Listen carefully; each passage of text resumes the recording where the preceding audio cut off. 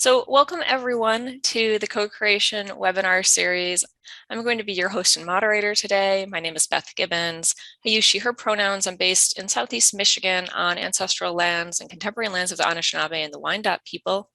And I'm thrilled to have you join us for the continuation in this series, which highlights partnerships, collaborations, and how climate adaptation work, when done well, brings forward justice and equity in all of its projects.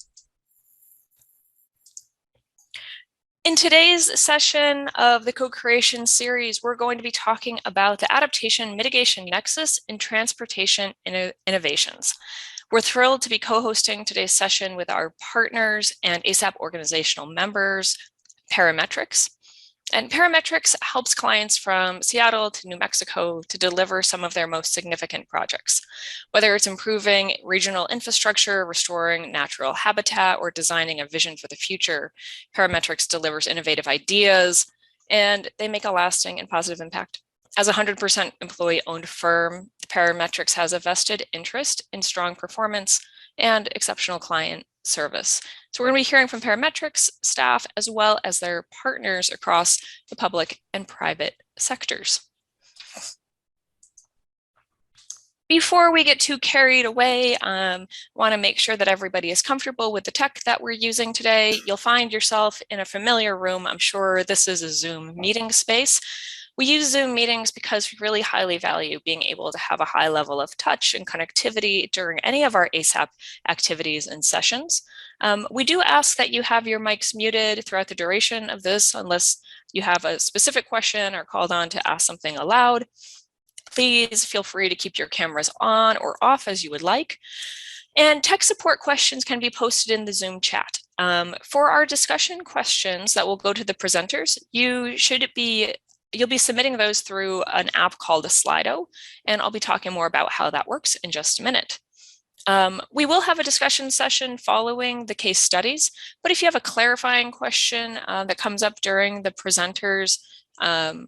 speaker's presentations, please go ahead and post them in Slido, and we'll work to either get to them immediately after each case study, or we will bring them into our discussion at the end of the program. For any other questions that you have about tech support or just making sure that all of your systems are running as well as they could be, please turn to Brianna Nels, ASAP's program manager. She's here to support you in any way, so feel free to chat her if you need anything. So about that Slido tool, you should be seeing a link come through the chat shortly.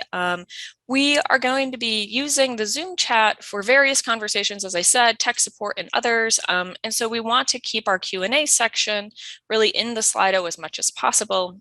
It's super easy to use. Just go to slido.com, enter the code that's on the screen, and follow the instructions, and link to Slido is coming to you right now. So I'll leave this slide up for just another minute so that folks can get this. And I think that I see it now in the chat. So we'll be sharing that throughout the course of our session this morning or afternoon so that you always have it close at hand if questions come up. Before we jump into the meat of our presentation, I want to share with you just a little bit about the American Society of Adaptation Professionals. So our work is dedicated to connecting and supporting climate change adaptation and resilience professionals to advance innovation and excellence in the field of practice. We think of climate adaptation professionals as someone who uses future information in their day-to-day work. And really, the strength of the ASAP network is in its sectoral and regional diversity.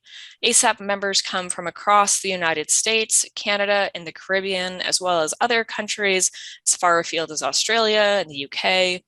And our network is evenly split between folks who are working in the private sector, public sector, nonprofit, and academia.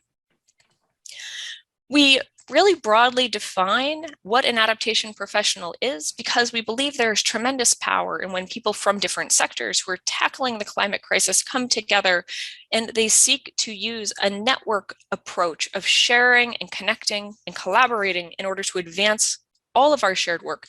We can get to greater impact faster together. And while our individual members come from all different types of sectors and backgrounds, so do our organizational members. We know at ASAP that the climate change adaptation field is growing by leaps and bounds every year, and there's a ton of incredible organizations who are doing this work. And so we're grateful for those who join us as organizational members because their dues make so much of our work possible. And by joining as an organizational member, companies, institutions, academic institutions, agencies are able to extend benefits of membership to their staff, ensuring that they're participating in peer learning, taking action to drive forward the field of climate adaptation, and having greatest access to others who are tackling challenges in their related work. So how does ASAP go about getting to this level of impact, of advancing and accelerating the adaptation field? We do this through 4 core program areas. Our ASAP Connects program, which is where we bring people together to explore new ideas and passions. Our Adaptation Careers program, where we're helping people to excel in their current job and to look for new opportunities. Our Adaptation Voices program, which is really where we tell the stories of climate adaptation and resilience from the forefront of the field or the front line of the field. And our Adaptation Serves program, which is where we honor those who are giving their time and energy to build the field of adaptation and also provide capacity building support for those adaptation leaders. Throughout ASAP's programs, justice, equity, diversity, and inclusion are woven, and we also have a Justice, Equity, Diversity, and Inclusion Committee and an accountability group that ensure that we're living into our spoken values to make this a more inclusive and diverse field of practice. So our 2022 co-creation webinar schedule is before you now. And the co-creation program is designed to highlight innovative and effective adaptation projects, to really demonstrate how diverse project teams come together from across sectors to advance their work, and to articulate how justice and equity are woven through all projects and can also be a challenge to get to in projects. Over the past, we have had webinars that cover codes and standards, talking about adaptation finance. We've discovered and gone down a pathway looking at the TCFD journey with a number of corporations. We've discussed visualizations and the key to visualizing change to engage the public. We've talked about codes and standards for building resilience, and how the water sector is leading an adaptation, which was the last time which we gathered together in December of 2021. So today we find ourselves at the top of our 2022 agenda talking about adaptation, the adaptation and mitigation nexus with a focus on transportation, obviously a topic which is so important as we see many infrastructure projects getting geared up to roll off the line with the new investment from the IIJA dollars. Later this year, we're going to continue through our schedule. We'll be talking about the global adaptation action and advancing the adaptation field. And I do hope that you'll join us for all of those, especially as we look forward to our next session, which will be on July 20th, which we're co-hosting together with Arise USA, which is Arise US, which is on breaking the disaster cycle and building equity through collaborations.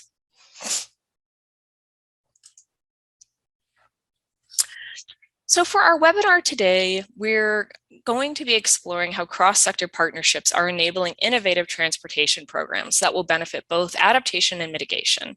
And as I've said, I'm thrilled to be joined with leaders from Parametrix and their partners from the public and private sector to explore 2 fantastic case studies. First, we're going to hear about the Oddie Wells project. This is a complete streets initiative constructing safety improvements, sidewalks, and cycle tracks in low-income communities of Reno and Sparks, Nevada.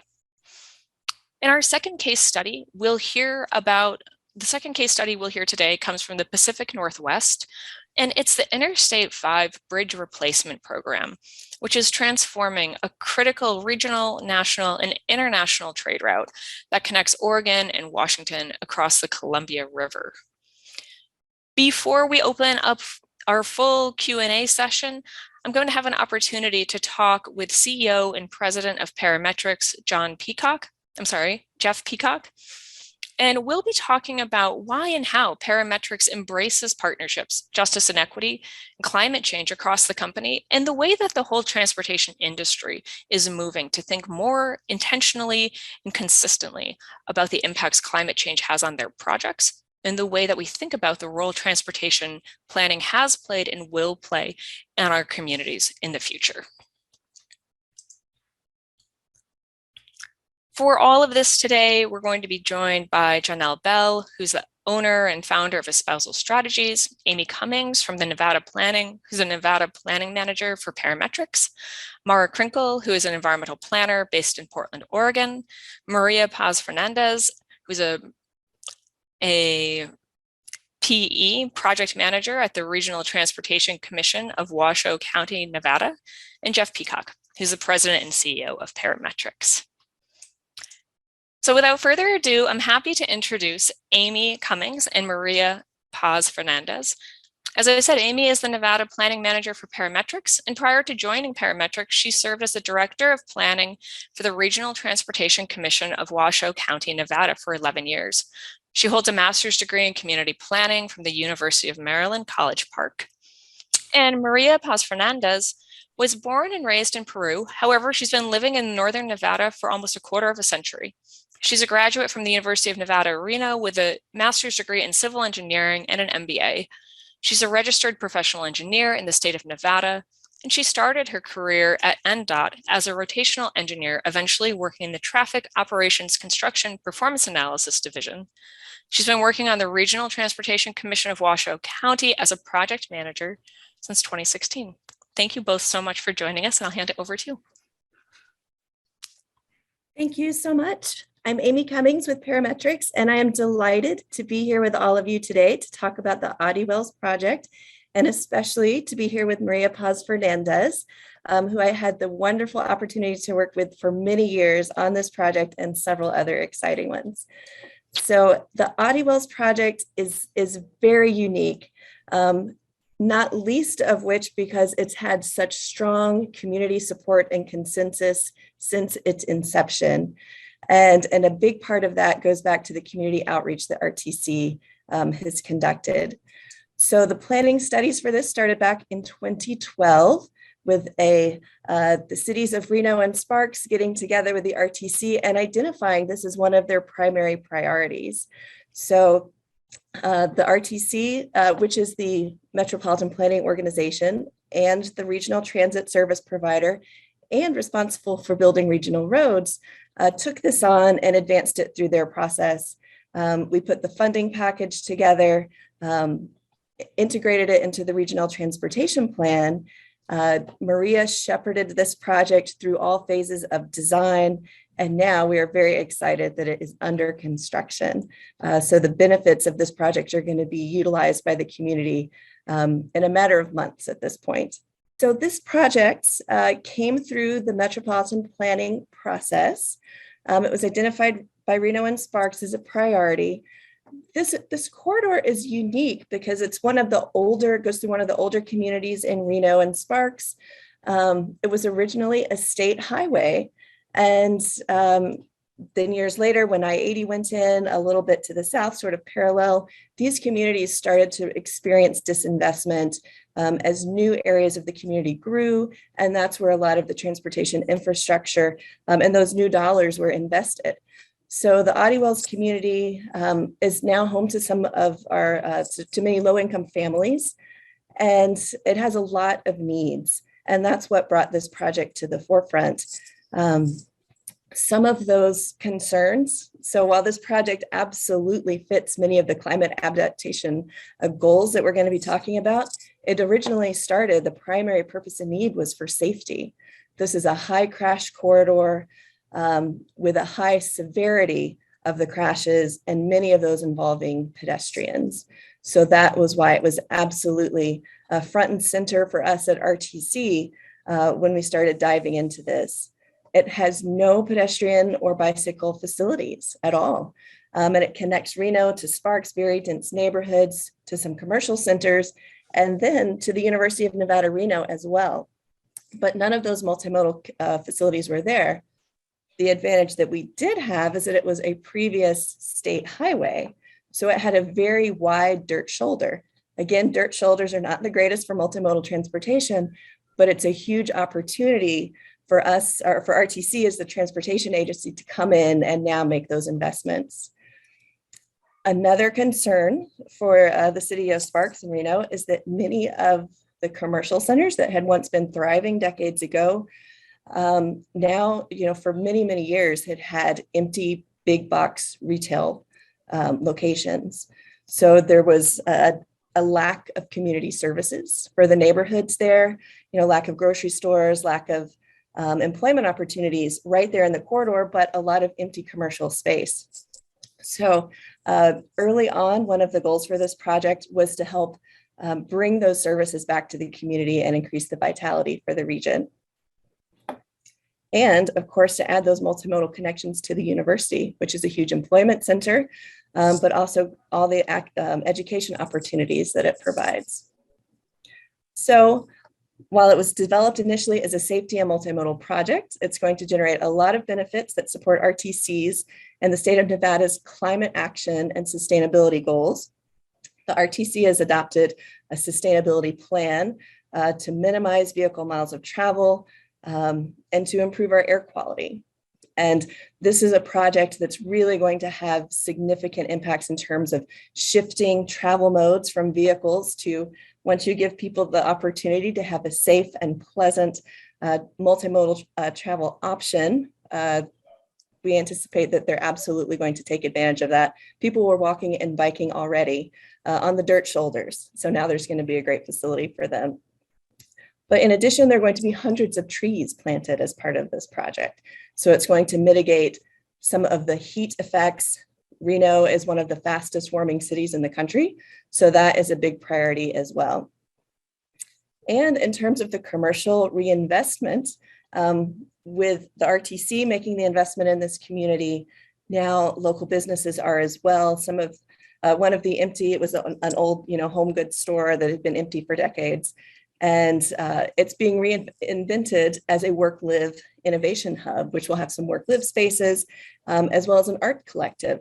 And there'll be some more housing options as well. So the community is very proud of this project. RTC worked with the residents all the way from identifying the concept to designing the concept. And then Maria carried that mantle in terms of the design, reaching out to individual businesses, individual residents as construction was getting started. And I know that outreach continues to be ongoing because it's under construction. So that's something that's continuous throughout the process to make sure that those community needs are being met.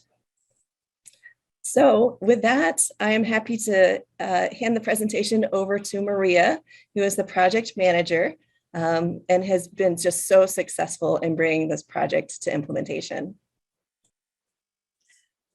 Thank you so much, Amy, and thank you for the great introduction to this project.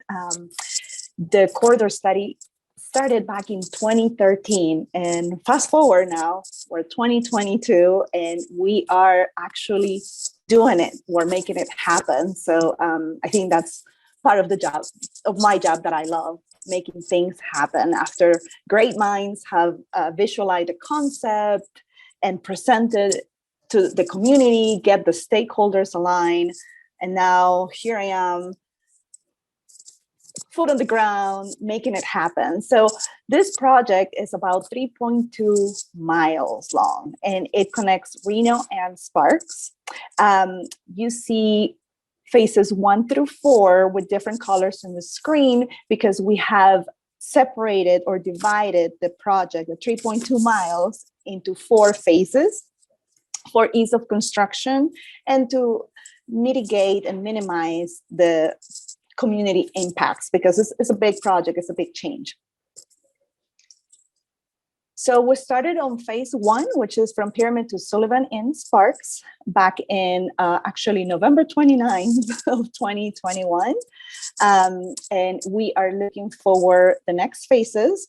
In the fall of this year, maybe phase 2. I was told by the contractor recently that they're thinking about maybe phase 4 will be on the fall of 2022. So these phases are not in sequence, but the number is not correlated, but we will get to the 3.2 miles we face by face, piece by piece.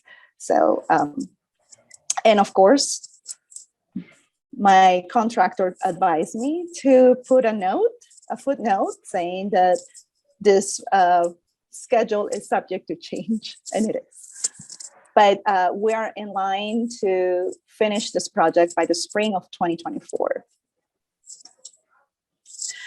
And I just wanted to share this picture, and I know it's back from 2019, but let me tell you, not much has changed. This corridor, this is how it looks like right now. You can go on Google Maps, get a bird's view, and you can see what the community is experiencing. There's no sidewalk, like Amy said. There's shoulder. This is the commercial area east of Silverado, which is another, Silverado Boulevard is another cross street, a main street that crosses Oddie in Reno. And this is what the future is going to look like, the near future. So you see, we have concrete medians separating the traffic. We have a raised cycle track. We have sidewalk. We have landscape strip with trees, and lighting. We have roadside lighting, pedestrian lighting.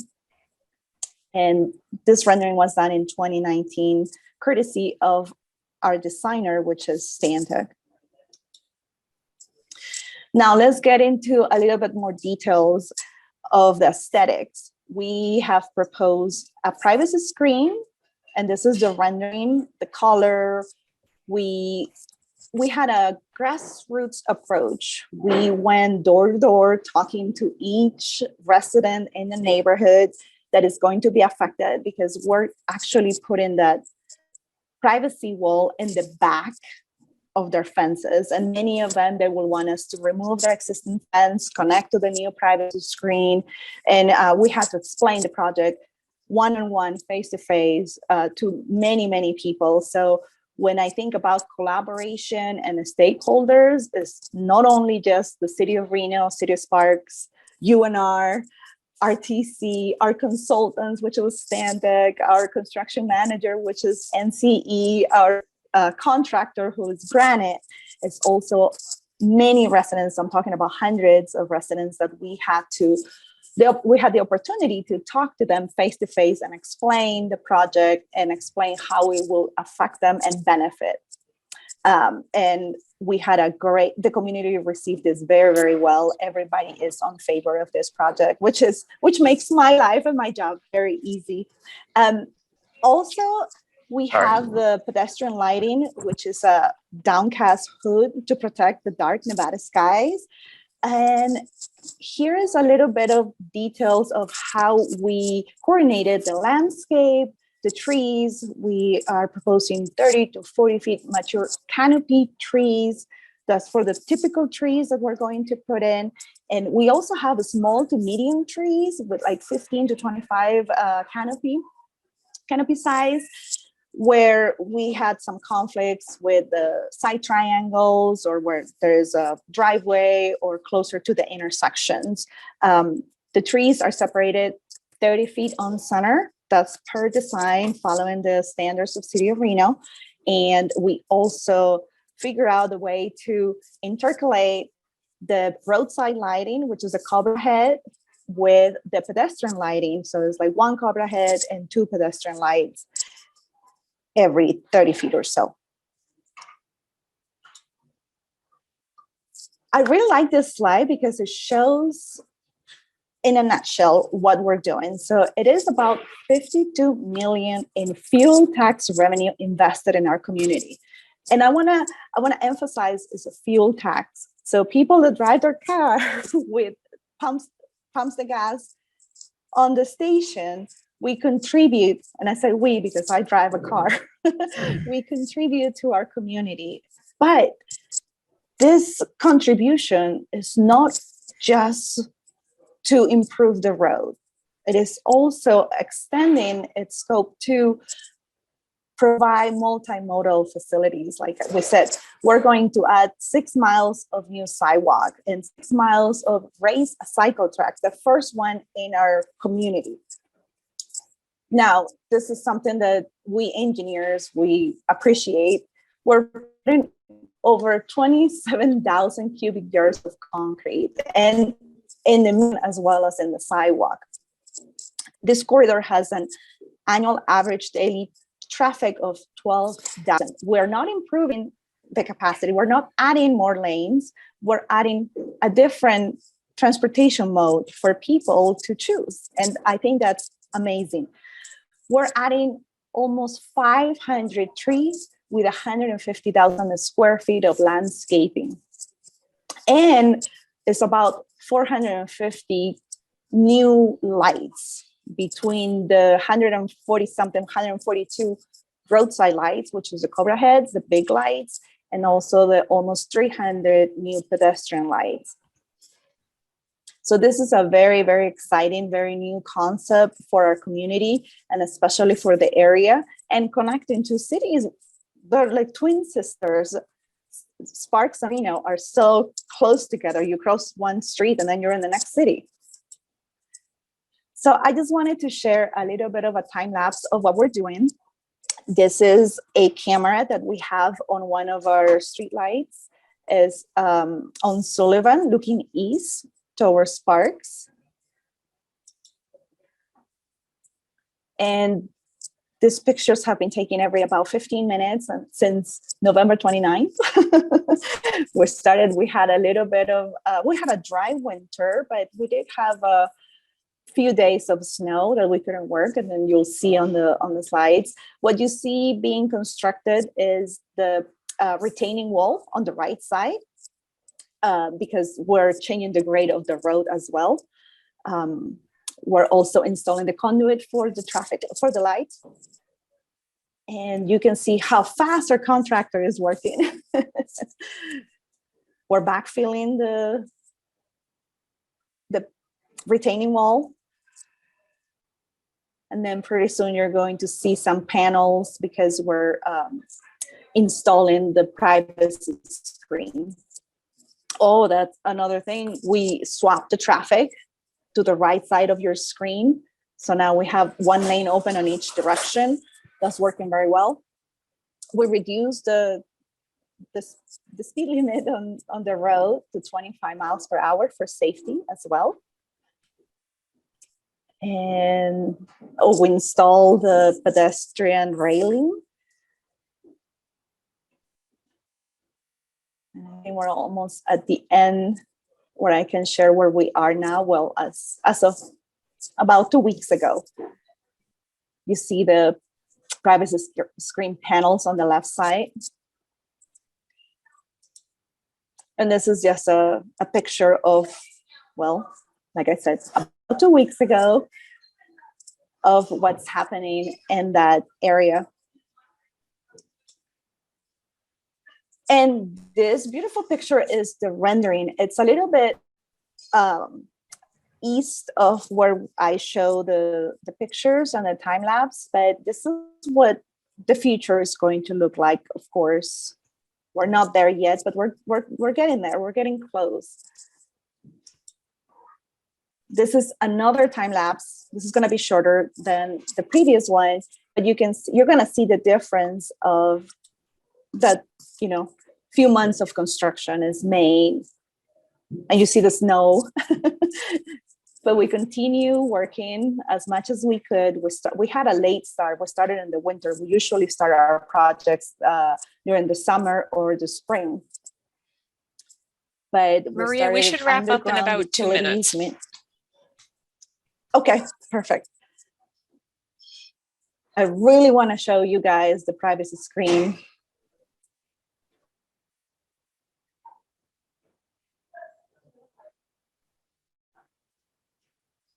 You're seeing it right now. We're installing the posts and the panels on the left side of the privacy screen. The privacy screen is taller than a normal fence. It's about like 10 feet high. And like I said, the community is very pleased to see it. And you can see the difference already. And this is kind of like the final product as we are now. We still have room to go. And with that, well, my red light turned on.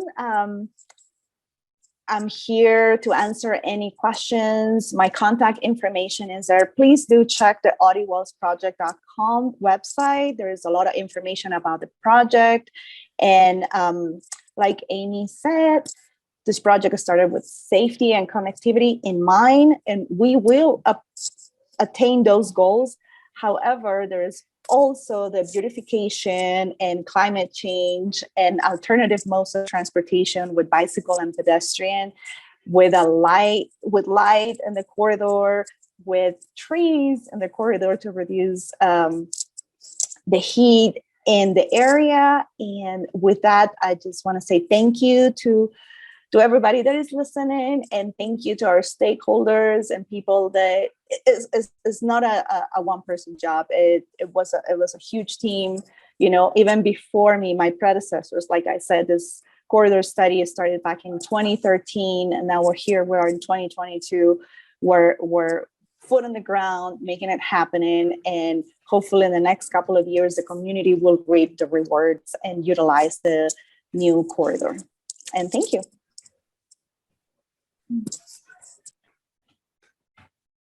Thank you so much for that presentation. I think that was just a terrific case study, and I loved how deeply integrated the effort is to think about that multimodal transportation in the way that it's not just the sidewalk or just the bike lane, it's also about how is that lighting going in and how are people really going to use this, and just wonderful. That was just a great presentation of kind of this approach to holistic planning. And so I am excited to move into our next case study. There's lots of questions that are coming in the Slido, and we're going to get to those. I do encourage Maria and Amy also, if you haven't gone to the Slido yet, you probably haven't, you've been busy presenting, to go ahead and take a look at questions that are coming in, and we'll return to those during our Q&A. But in between then and now, we're going to talk about case study number 2, which is the I-5 Bridge Replacement Program. And this is such an incredible program because the Interstate 5 provides critical connection between Oregon and Washington that support local jobs and families, and is a vital trade route for the regional, national, and international economies. We're joined to learn more about this case study by Janelle Bell. And Janelle is the owner and founder of Espousal Strategies, where he works with an array of stakeholders, citizens, international construction firms, DMW ESB enterprises, and government officials to design, implement, monitor, and document successful initiatives for DMW ESB utilization, equity and inclusion, community engagement, business and workforce, and community development. We're also joined by Mara Krinkle, and Mara is experienced in a range of environmental and policy analysis. She has worked on and managed many complex analysis of changes in agricultural systems in rural communities to developing environmental documentation. She also has experience with program evaluation, policy analysis, research, and developing outreach materials. I'm so glad that you're both able to join us today, and I'm happy to hand it over to you. Let me know when to be advancing the slides. Thank you, Beth. I'm going to kick it off, and then Janelle and I'll trade off throughout the presentation. I'll start by saying thank you for having us here. We could talk for probably 14 hours about this case study and this project, but we will do our best to keep it to 20 minutes and give you a high-level overview today. So I'm just grateful to be here with Janelle, so we can talk about our program and how we're integrating and centering climate and equity priorities from our region and our nation. And that beautiful bridge you see in that slide behind you is, well, there is a pair. One is about 100 years old and the other is, I don't know, 60 years old. And they have no shoulders. They have no high capacity transit capacity. They are in a densely packed urban region with 7 tightly spaced interchanges. and pretty substandard multimodal facilities. There's a little sidewalk with a lot of bump outs from the bridge. It's pretty scary to bike or walk across.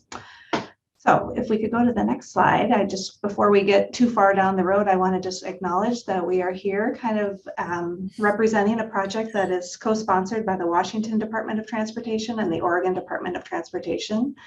And Jonelle and I are on a consultant team led by WSP with Parametrix and about 20 other sub-consultants, and 14 of those sub-consultants are DBEs. We are also in, as I said, a dense urban region here, and our program is straddling the state line. So we have 8 regional partners that have boards and councils that will be stepping with us along the way as we demonstrate consensus on this complex project. And those are our 2 regional planning councils, Oregon Metro and RTC up in Vancouver, the 2 transit agencies, CTRAN and TriMet, our cities, City of Vancouver, City of Portland, and then the 2 ports. So it's a active region. So just a quick overview. And again, we could talk for 17 hours about the program itself. It's the I-5 connection. So it is on our main north-south interstate highway. It is the only spot on I-5 with a lift bridge, and that's to aid navigation through the Columbia River. And our goals are to improve mobility for all travelers crossing the Columbia River, whether they're in vehicles, public transit, or active transportation. We are seeking to replace the bridges with one that is seismically resilient. We are in, as you know, the Cascadia zone and perhaps due for a big event, and we want to make sure that our infrastructure can withstand that so people can safely egress. And we also have thriving public transit systems on both sides of the river, but no dedicated connection right now. So our program will build light rail from Vancouver, extending to Vancouver with the addition of 3 stations, one on Hayden Island, the gray spot you see there, that's part of the City of Portland, and then 2 up in the City of Vancouver. Would be a huge investment in our regional mobility for transit. We're also adding active transportation. Like I said, that's about a 4-foot sidewalk on the current bridge in each direction. And we're talking about vastly making that better and connecting to both regional trails and then transportation facilities throughout both cities. And then is a response to dealing with this project in a congested corridor, we're implementing demand management techniques. So not only trying to provide better options for mode shifts, but also demand management. So use of tolling on the bridge to manage that capacity, especially in the peak hour. So in this complex region, we're prioritizing safety, reflecting community values, and addressing the very clear transportation and mobility problems kind of presented by this bridge. And I will say that part of our context is that the region worked on the Columbia River Crossing Bridge, which was same spot, and worked to develop a regional solution about 15 years ago. And if you're NEPA people out there, we had a record of decision from the FTA and the FHWA and a plan to go forward, but that project stalled out because we failed to generate commitments for local funding to keep that moving forward. So in 2019, our 2 governors, Governor Inslee and Governor Brown, got together and signed a bi-state memorandum of intent and said, please restart this project. The problems haven't gone away. We're 10 years down now the road, and we need to make sure this project can keep moving forward. So I just put these questions in because at a time where that last project failed to have the public and agency support to keep moving, how are we rebuilding and building on our trust and understanding? And unlike the Oddie Wells project, I think there isn't kind of a, I'm looking at Jonelle's face, there isn't always, we don't have consensus that this is the right thing to do or how to do it, right? So how can we build that common ground and move forward with something we all want to participate in? And how are we leading on equity and climate? For both regions, we have state, local, and regional goals around climate and equity, and we want to center those in our work. So how are we going to do that and make sure we have all of the support we need? So on that, I think we'll have a few slides about centering equity and climate, and I'm going to start with hand it over to Janelle.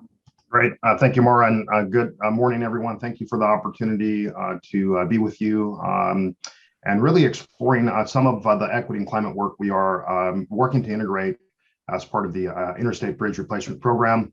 I have the opportunity of serving as the Principal Equity Officer for the IBR effort, and we'll talk a little bit more this morning in terms of some of the work we are doing. So next slide, please. And so we get asked this question a lot, which is, why are you really working to center equity? And at the core, we know that many of these infrastructure efforts throughout the nation, and in particular here in our region, have often not considered BIPOC, low-income, other communities. We don't have to go too far to look at some of these examples. When you think about the advent of the interstate highway system and how it decimated North and Northeast Portland, the Albina area, which is something that ODOT is still grappling with as it looks to expand capacity in the Rose Quarter areas. We know that disparities in access to quality transportation options really impact household costs, as well as access to available job opportunities. This is something that we hear a lot about with our equity advisory group that we'll talk a little bit more later.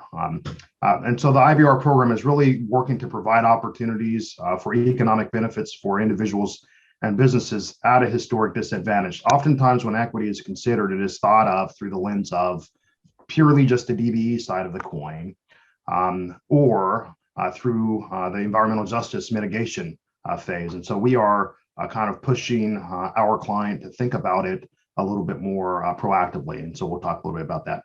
Next slide, Maura. I think you're going to cover a little bit about the climate piece.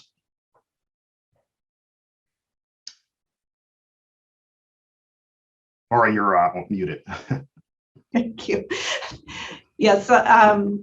Similarly, why are we centering climate? Well, clearly transportation is a significant contributor to greenhouse gases. And we also live in a region with both Oregon and Washington having climate goals to reduce emissions pretty radically by 2050. We have an opportunity with the federal administration prioritizing climate needs, and well, we're in a climate crisis. So I think there's a real recognition by our team and our clients and our region that we need to be considering climate and making sure that we can do as much as we can to contribute to meeting those goals. And with an investment of this size, I mean, it's probably pretty clear this is a multi-billion-dollar program, given the breadth of what we're talking about. It's a really great opportunity to add a significant and impactful multimodal option and transit option onto this interstate bridge that, again, right now does not facilitate either in any real way. So that's, and then the next slide is kind of, why are we talking about equity and climate together?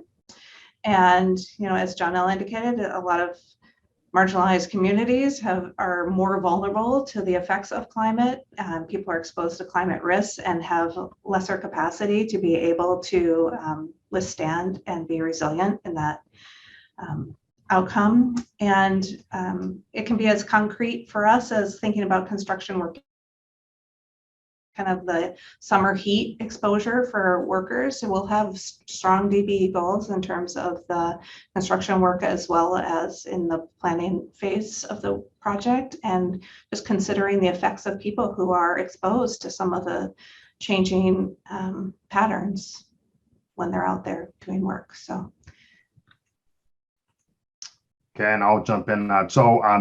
We'll talk a little bit about setting the context, which is the best practice if you're really wanting to advance equity work in any particular project. Is oftentimes we need to step back and understand the history by which many of our communities are kind of engaging any of these projects. And so next slide, please. We started off with just really unpacking the history of this corridor. What we know is that Indigenous peoples have lived and traveled to the Portland, Vancouver region since time immemorial.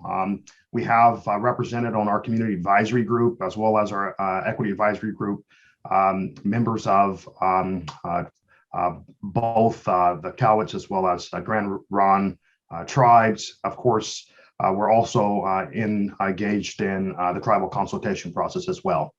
We also know that adjacent to the Interstate Bridge lies Vanport. Vanport at one point was the second largest city outside of Portland and was built really to provide housing for folks who were working on the Kaiser shipyards and others, and flooded in 1948. A huge concentration of African-American communities, for example, lived in Vanport, including our co-chair of the community advisory group, Ed Washington. We also know that, as I indicated earlier, the construction of I-5 in the 50s destroyed more than 1,100 homes in the Albina neighborhood of North Portland, just a few miles south of the Interstate Bridge. Next slide, please. And so what's changed? And this has been really interesting as we've unpacked sort of the demographic information in the region. The region added over 274,000 residents between 2010 and 2020. Which is a 13% increase. Most of this growth in the region was among people of color, increasing 49% over the past decade. The region went from 20% to 32% of the population comprised of persons of color. And as we found out in our anecdotal sort of surveying of a lot of these communities, what we find is a lot of folks have been displaced outside of Portland and have been in search of more affordable housing in Clark County, Southwest Washington. And so how that shows up in our conversations relative to high capacity transit and equity has been really interesting to unpack. Next slide. Maura? Right, and this one just kind of reflect on a bit of this before, but we're in a region with really aggressive goals in terms of reduction of greenhouse gases and towards zero carbon emissions. But at the same time, you can see on the chart on the left, that's from the Oregon Department of Transportation, we're not doing very well so far on our goals. So our context is to push as hard as we can to get that mode shift, reduce construction carbon emissions, and just do what we can with this project to improve that outcome and change that trajectory. So now we'll talk a little bit about how we are working to operationalize equity. And just a time check, how much more time do we have? You have about 5 minutes. Oh, okay. Well, we'll go through this quickly. So next slide, please. We start off with working with our partners to develop an equity definition. The thing about equity is I could ask each of you how you define equity, and we'd come up with different definitions. And so we wanted to first sort of come up with a shared understanding. And so we think about equity both in terms of process as well as outcome equity. You can see those definitions there. Next slide, please. We explicitly call out the communities that are covered under our definition. And the purpose of this definition has really been to provide a North Star for the program, both in terms of directing the types of analyses we conduct relative to equity, as well as informing our outreach. Who do we outreach to? So that's been very helpful. Next slide. We developed an equity advisory group, which is comprised of both agency partners as well as community-based organizations and at-large members. And this has been a very important group to help guide the program. We meet monthly, and they provide recommendations directly to the program administrator, and have really been involved in our modified locally preferred alternative process. Will also be very integral as we develop a community benefits agreement as well as a community workforce agreement. Next slide. Next slide. I could fly through these, Okay, go ahead. Just in an effort to connect with our community and understand what's important to them. We had several listening sessions last summer. There was one focused on equity. There was one focused on the youth. There are a couple on climate. So these diagrams in the next 2 slides just kind of show how we've been trying to hear people and understand their priorities and needs, especially around equity and climate. So, and in climate, we also have a special, John L. mentioned the Equity Advisory Group. We have a Climate Technical Working Group, since we do have 8 local agency partners and the 2 DOTs. So we have staff from each of those to talk about our common goals and how we will support each other in making sure we reach our climate reduction goals. The bridge is one component, but we also need land use, jobs, supportive transit systems, and much, much more. So.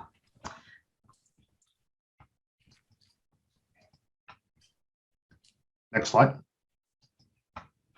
Just real quickly, we developed 6 equity objectives to help guide the program work. You'll see those here.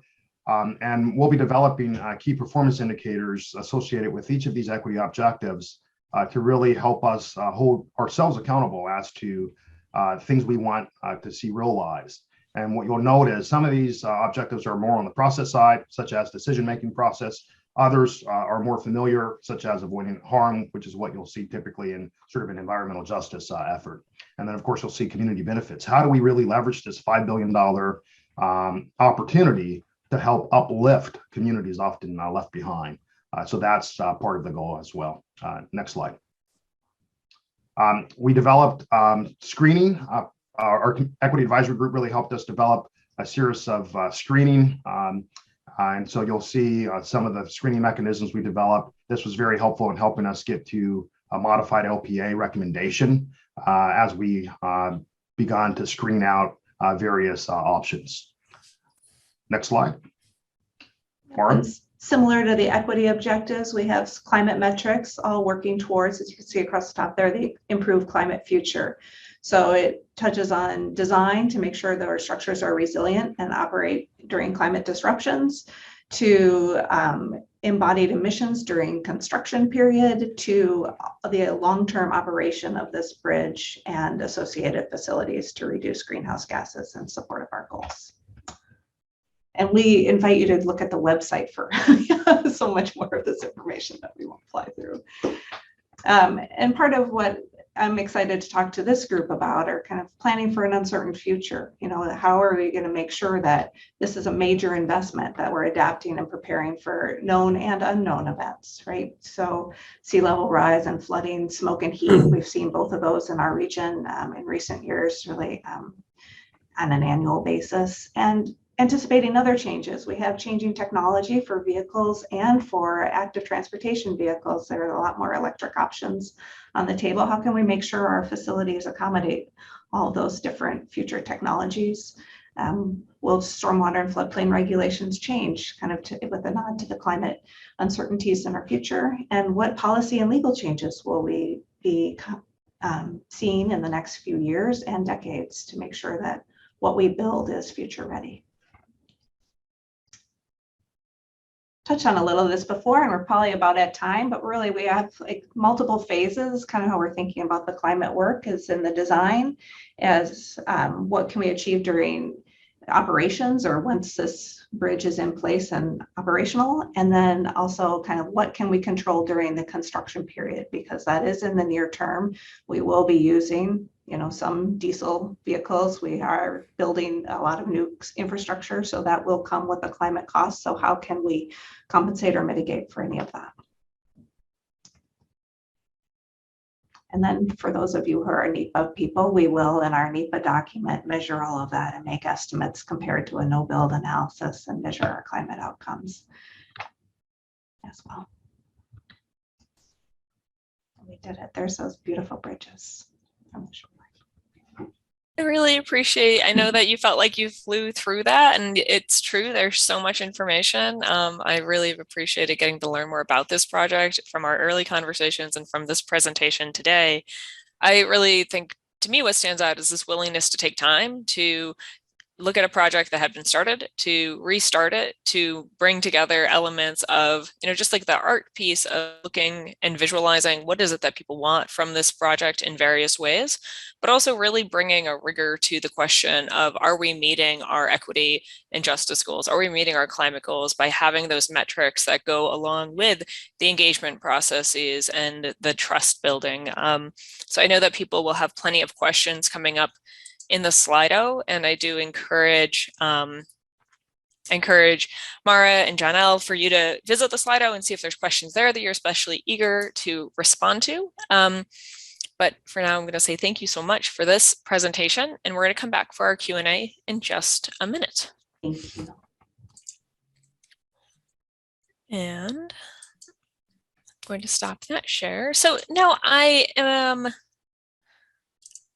thrilled to have the opportunity to welcome Jeff Peacock to this conversation. And Jeff is the president and CEO of Parametrix. His professional background is in planning, environmental compliance, design and construction management of complex infrastructure projects. Throughout the course of his career, he's managed some of the largest infrastructure projects in the Northwest and been directly responsible for projects with capital costs as large as $5 billion.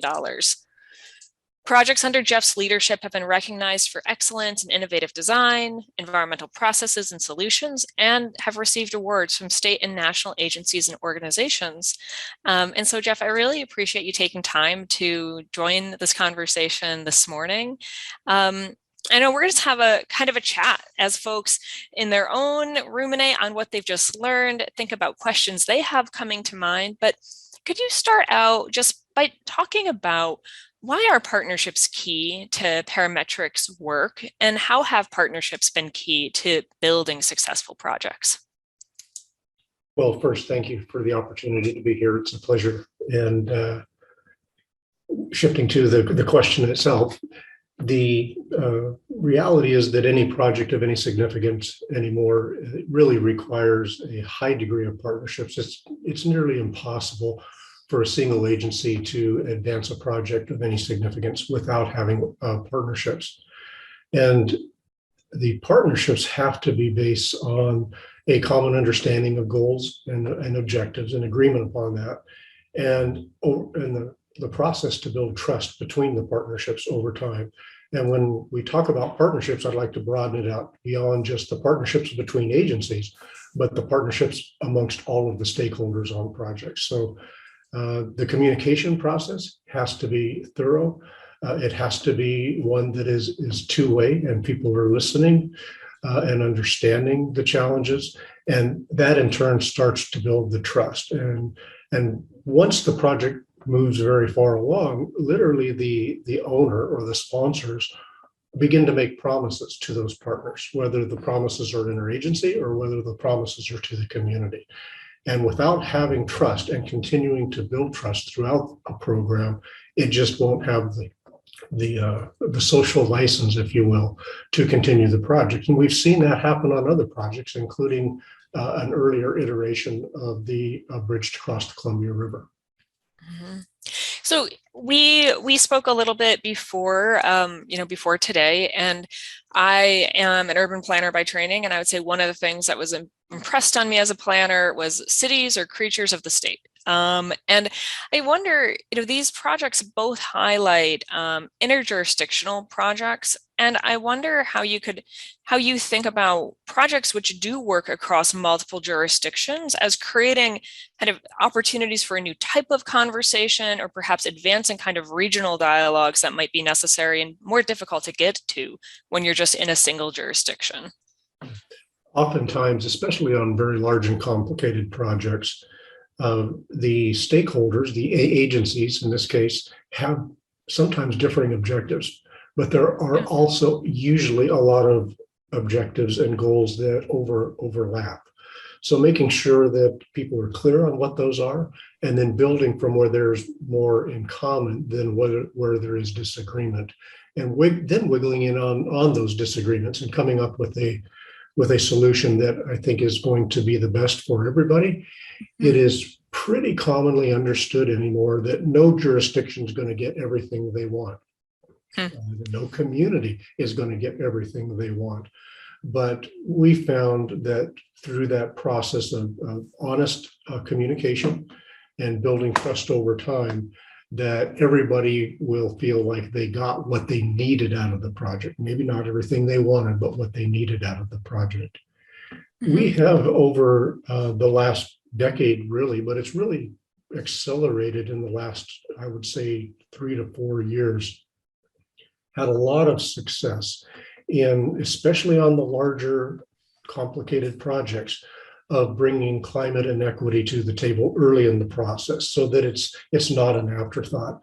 And in fact, where we've had the most success is where we have been able to work with the agencies and stakeholders to agree to a term that we've kind of been using, that climate and equity become integral to and inseparable from any solution, rather than an afterthought, or rather than something we'll add on as a bit of mitigation to get our process through.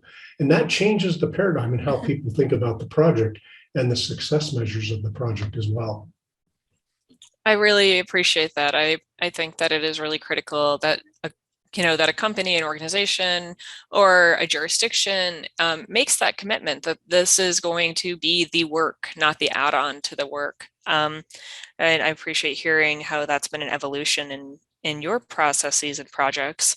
Going back maybe a little earlier, I think that you've been at some of this work maybe longer than I have been, and you've probably seen an evolution of the transportation field and the transportation sector over time.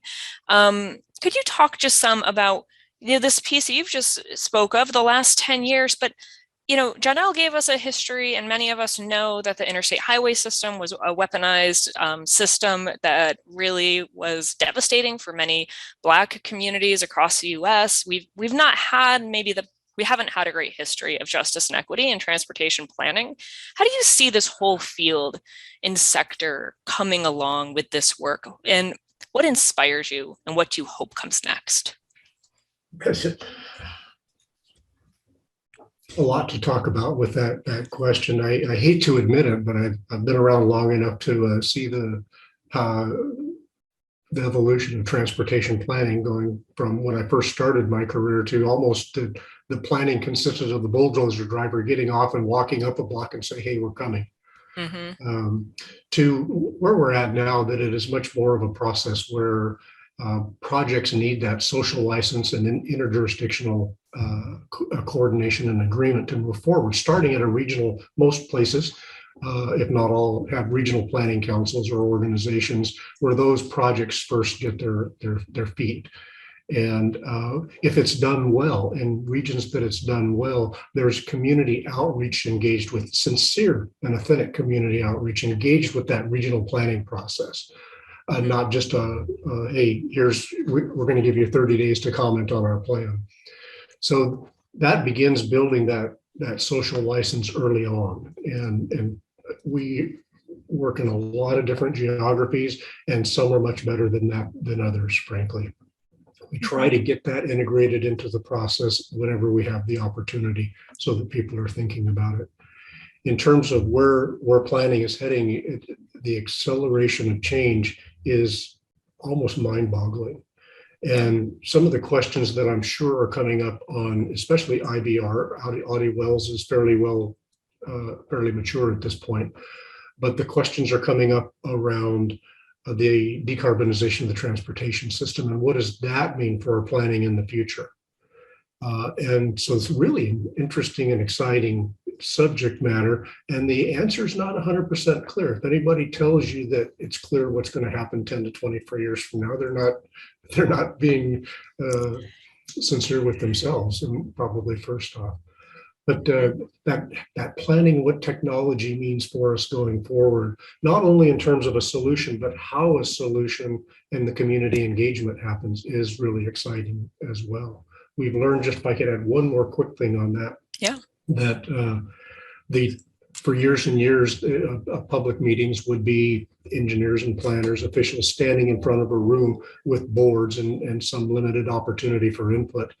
Transitioning that to literally virtual rooms with high-end simulation, so that people can literally see in 3D or in a 4D, if you will, over time, what these options are going to look like. And people can relate to that a lot better, and it really improves the quality of the dialogue. So the technology isn't just on the outcome, it's on the process as well.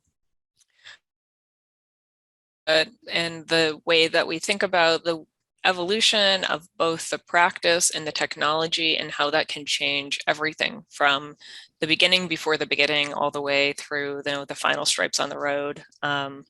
So I thank you for joining me for this first bit of conversation. I'm going to ask you to stay on and ask the rest of our speakers to turn their cameras back on and join us for some Q&A as we look at the questions that have come up through the Slido. And so I'm going to get right into it because some folks have been waiting for a while now from questions I'd posed about the Oddie Wells project. And I think this is going to be directed to Maria or Amy. Their questions, and I want to make sure that they, yep, okay. Is Maria still here? I can see her. I know she had a couple different tech systems that were running. So Maria, can you hear us? I'm still here. Okay, great. Yes. So we have a question, which is, what is the typical time to tree maturity? And how do you factor tree mortality rates into the communication with stakeholders and also into the projected benefits that the trees will offer in your project?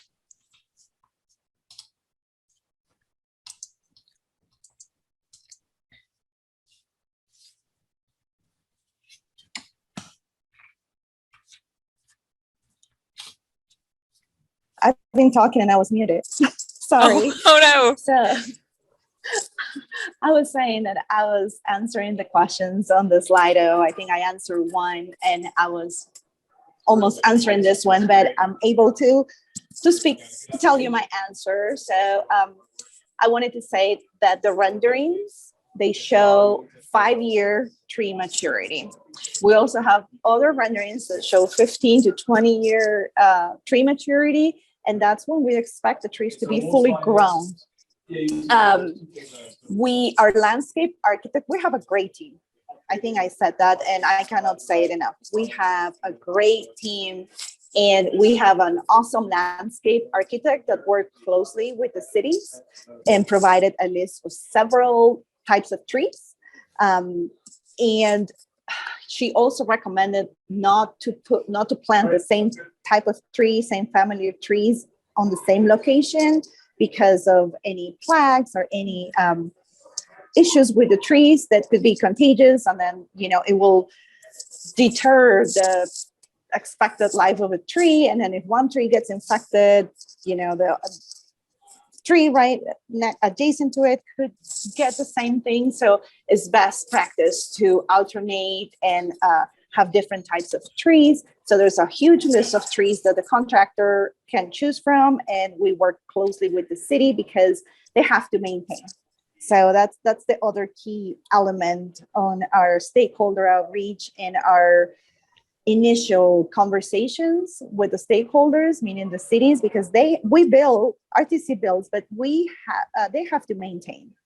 Mm-hmm. And if they don't buy into the maintenance of the trees, which are expensive for them, it's a huge cost for them, but it's a great benefit for the community. So they are all in, and we work very closely with them. So to build something that they could maintain. Awesome. Thank you. And Amy, I also see that you'd added a response in this, I think the response that was related to this in the Slido, which was that RTC worked closely with Public Works, Parks, and staff at Reno and Sparks, who will be maintaining the road and the landscaping. They've also helped selecting the trees. And I just think that all of that, like the diversity of tree species and really thinking about the adaptability of the canopy itself. I mean, sometimes we think about trees as a climate adaptation, but we also have to be thinking about how will the trees adapt. And so making sure you have that diversity so that you don't end up suffering, a full loss if there is some kind of invasive species or other issue. I guess, Amy, before we move on, is there anything you want to add to the kind of general tree selection process, maturity? Cool. I think Maria covered it. She did a great job. Yeah. So there's a couple questions in here that I think might be outside of the scope of this project, but are interesting to explore. So I'm going to throw them out. One is, how has the project considered how to offset the negative and potentially aggressive impacts of a fuel tax for low-income people who need to drive? That is a great question. And the fuel tax that we have in Washoe County was approved by voters back in 2010. Now, everyone who puts a gallon of gas in their car pays 42 cents a gallon. It goes to RTC for roadway and multimodal improvements.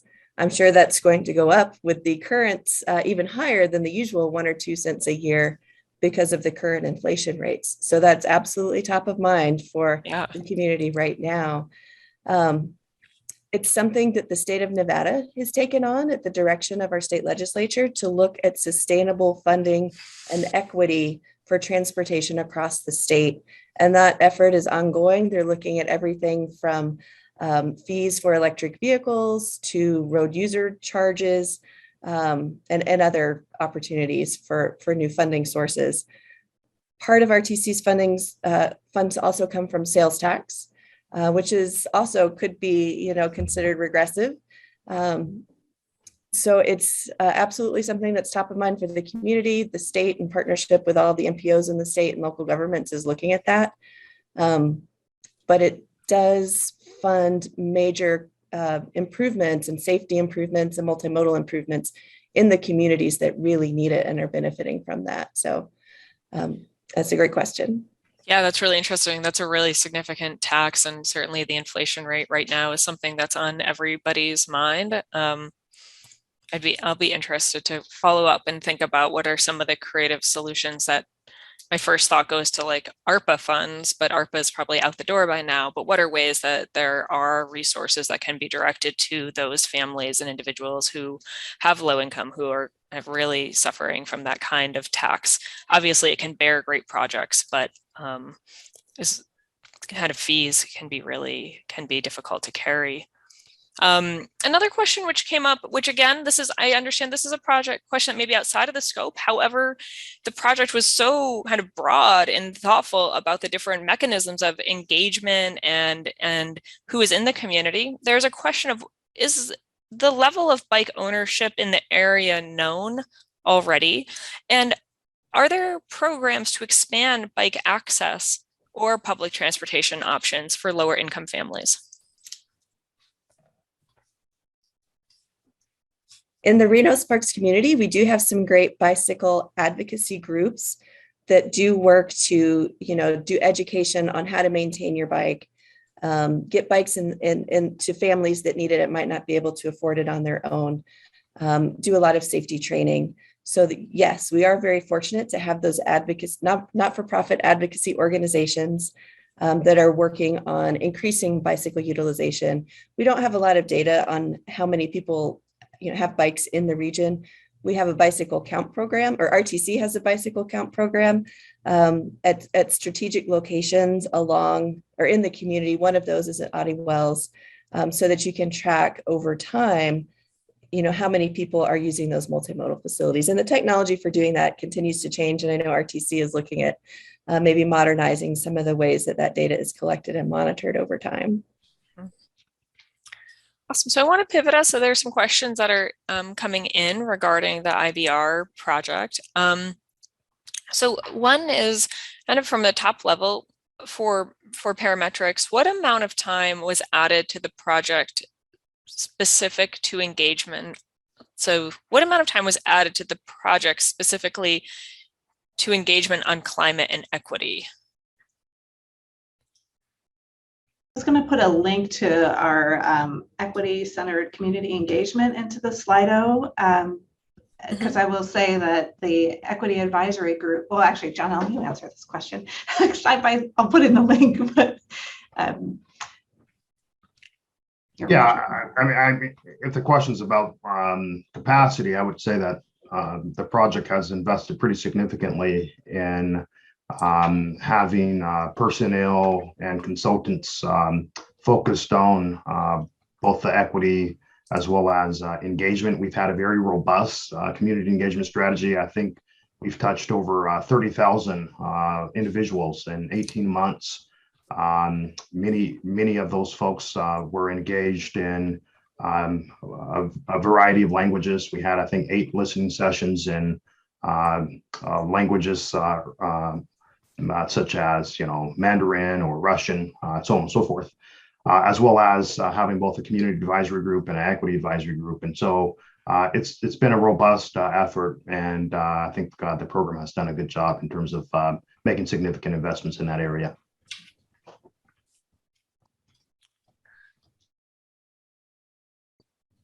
Has the IBR project considered using Envision as part of the overall sustainability program, along with looking at opportunities to use something like the Living Building Challenge? Absolutely. And I don't know if you could define those terms for us. That would be great. Sure. And I don't know if your participants can unmute themselves here, but John Phillips has written a memo for us to recommend both the use of Envision, which is a sustainability rating system that is records your activities kind of from this initial planning phase all the way through construction, and then gets a rating for your program. And you're able to highlight and show and demonstrate, which is why it's going to be important for our DOTs, to the commitments and efforts we've made to document sustainability, and that would include equity and economic development as well. And then for the living building challenge, I think we're thinking about doing that more around the station areas and kind of as kind of a spot development. So since this is a complicated multi-billion-dollar project with a lot of different elements, we're looking at kind of a multi-tiered kind of rating system. But yes, absolutely. And then let's see. So do you have any thoughts on using some space to create a green walkway or bikeway across the bridge, separate from the traffic noise and pollution? So kind of adding a whole greenway to the project. And I'll jump in if you want to do this one, but I would say that the design of that active transportation facility is underway, and it's been a strong part of our screening and development process as we've been reinitiating the program and moving forward with our design. What we're looking at is to have a dedicated path that's separate from the traffic and separate from the light rail, likely shaded because of concerns about heat and exposure, and protected from also rain because it rains here a lot. And what we don't know yet is if that would be cantilevered off the side so you can have more exposure to the views, or if it'll be tucked under the bridge. So that's a structural engineer question kind of to move forward, but we're working on it. I think the other thing that's really exciting about that connection is that there's down in on the Oregon side, where we would connect to this 40-mile greenway. So a really beautiful bicycle facility kind of throughout the Portland region. And then up on the Vancouver side, there's a path all along the river on that side of the river. So it would be a really wonderful connection to be able to make between these communities and reduce kind of the friction that people have now of making that connection on that existing facility. Mm-hmm. And so this is a question for everybody or anybody. As you've listened to each other's case studies, again, you've revisited your own projects. We have an audience that's composed of people who work across climate adaptation and resilience from a number of different sectors. But what is the lesson as they might be engaging in a transportation project in their own community? What is a key lesson that they should take away from the case study that you presented today, and you hope that's like that nugget that they'll leave with? I think one of the common themes we've heard is the importance of partnership and community engagement. That's working with the local agency partners, neighborhoods, individual residents that are impacted, and making sure you have that grassroots support for your projects.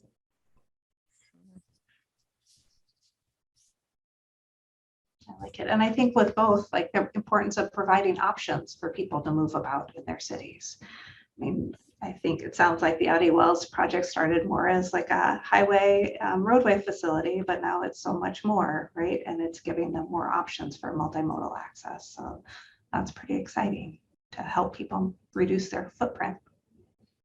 Mm-hmm.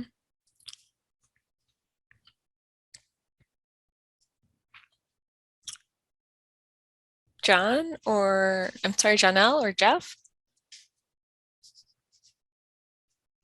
Yeah, I think what I would just say is being committed to equity is hard work. I think you know, a common thread that's critically important is to really think through what does it really mean when the term equity is used. One of our lessons learned is to define it, and every community will have a different definition of equity.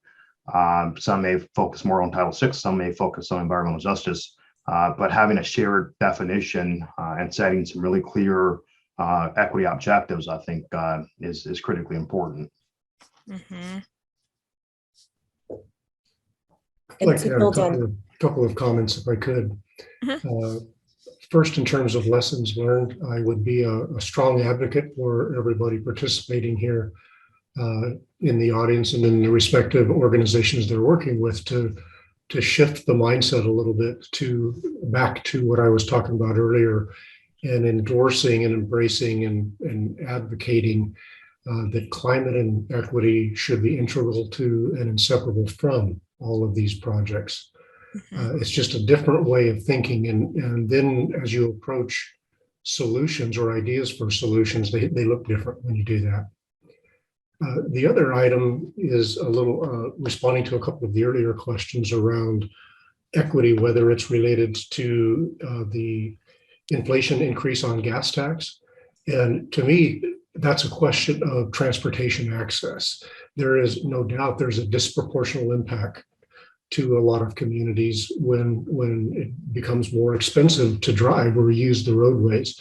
So how are we thinking about options and alternatives that provide that transportation access for historically underserved communities? Obviously, active transportation and transit come top of mind for sure.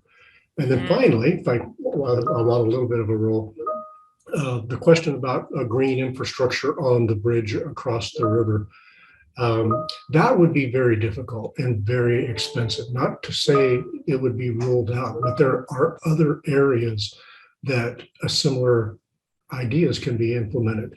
And when you look at that integral to and inseparable from idea, the communities that have been bifurcated by historic bad practices that are on the land side, there are probably some great opportunities to introduce reconnecting those communities, not with just a road over the freeway, but with a lid that has a lot of green infrastructure on it, opportunities for recreation and or passive active transportation, and most importantly, reconnecting those communities. We frankly have a moral obligation to do everything we can to help those communities that were just terribly impacted in the past.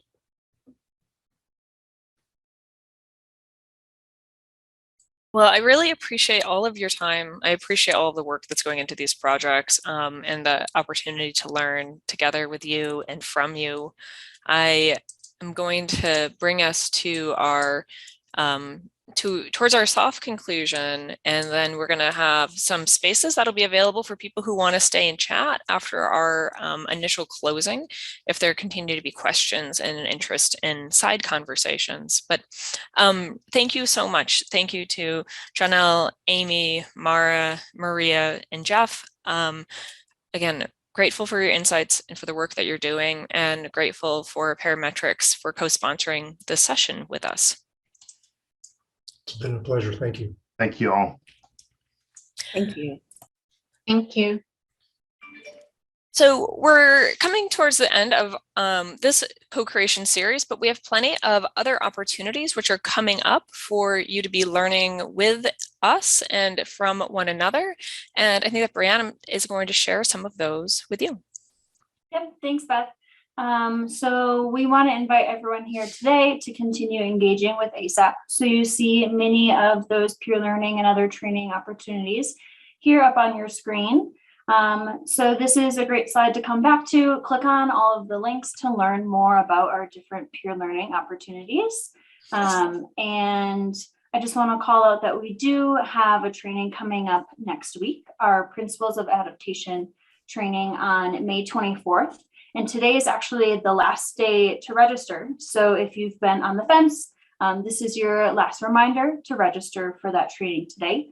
And in that training, we'll go through all of ASAP's professional guidance resources. And then Beth, if you click next on the slide, we'll get a pop-up of all of the upcoming co-creation sessions. So if you enjoyed today and you want to come back, this is a reminder of our upcoming sessions, and we'll send the registration links here in the chat.